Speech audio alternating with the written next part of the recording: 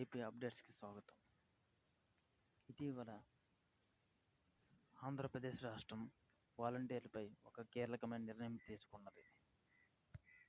తెలుసుకునే ముందు నా ఛానల్ మీకు నచ్చినట్లయితే లైక్ చేయండి, సబ్స్క్రైబ్ చేయండి.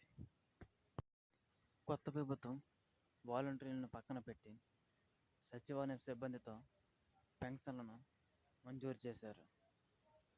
గత ఎప్పుడూ లేని విధంగా 95% పెన్షన్లను ఒక్కరోజులో అందజేశారు. దీనివలన వాలంటీర్ల నియామకంపై అనేక సందిగ్ధాలు ఉన్నాయి. గత ప్రభుత్వం హయాంలో నియమితమైన ఈ వాలంటీర్ వ్యవస్థ అనేక పథకాలకి ముందుండి నడిపించాయి. ఈ నియామకంపై సందిగ్ధంలో ఉన్నాయి.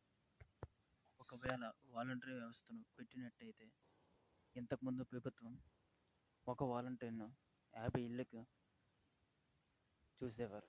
ఇప్పుడు ప్రభుత్వం ఆ 50 ఇళ్లను 100 ఇళ్లకు పెంచి ఒక వాలంటీర్ని నియామకం చేస్తారు. ఇంకా 5,000ని 10,000కి పెంచి జీతాన్ని మంజూరు చేస్తారు. మీకు మా ఛానల్ నచ్చినట్టయితే లైక్ చేయండి. మరిన్ని ఎన్నో అప్డేట్స్ కోసం సబ్స్క్రైబ్ చేయండి.